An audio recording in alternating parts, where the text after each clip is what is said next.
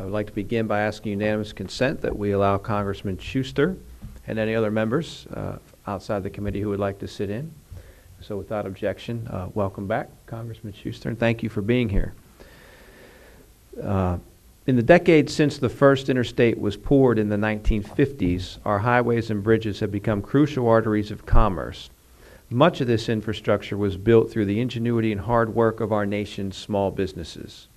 And given the role that entrepreneurs have played in the creation of our highway system, it only makes sense that as Congress begins work to reauthorize the federal highway bill, we take small business priorities into account.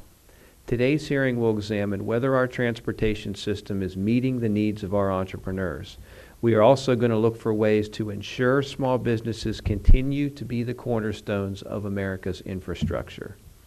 The reauthorization of the highway bill is not just a matter of building roads and bridges. It gives us an opportunity to revive our economy with new job creation. The benefits of this growth would be felt both immediately but also for decades to come. There are several infrastructure challenges which, if properly addressed, will help our economy to grow and thrive. Traffic congestion, for example, is an issue which touches our lives on a daily basis. Easing congestion would lead to lower shipping costs and improved productivity.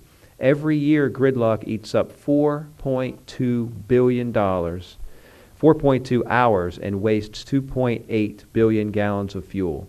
These costs are taking $87.2 billion out of our economy each year. Just think what a powerful boost we could give entrepreneurs if we were able to recapture those dollars and invest them back into small firms. No other sector of the economy is more uniquely positioned to tackle infrastructure challenges than our nation's entrepreneurs. The American Recovery and Reinvestment Act, with nearly 5,500 projects already authorized, is a big step that will go a long way in helping small firms grow. We need to make sure that the highway bill builds off of that important initiative and that it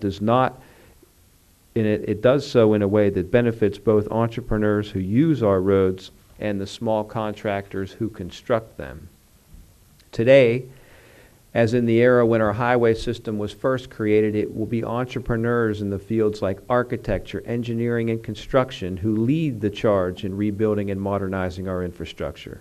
But these projects are not easy solutions. They require long-term planning and investment in a myriad of different areas.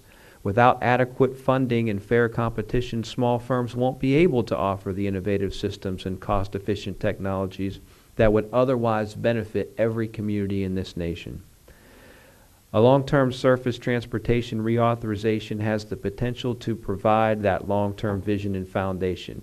It holds the promise of creating jobs that put people back to work, improving our nation's infrastructure. In fact, the Federal Highway Administration estimates that every $1 billion in highway capital leads to 30,000 jobs and $1.1 billion in employment and wages. This multiplies the benefit of each federal dollar spent, growing our economy and leaving our country with lasting economic gains. We need a transportation system that increases both our economic strength and our competitive edge in the global marketplace. In my district in western Pennsylvania and all across the country, we have roads and bridges that are in critical need of repair. Going forward, the highway reauthorization bill will be a critical vehicle for our entrepreneurs as they work to improve our infrastructure and rebuild our economy. I'd like to thank all of our witnesses today in advance for their informed testimony. And with that, I yield to Ranking Member Fallon from Oklahoma for her opening.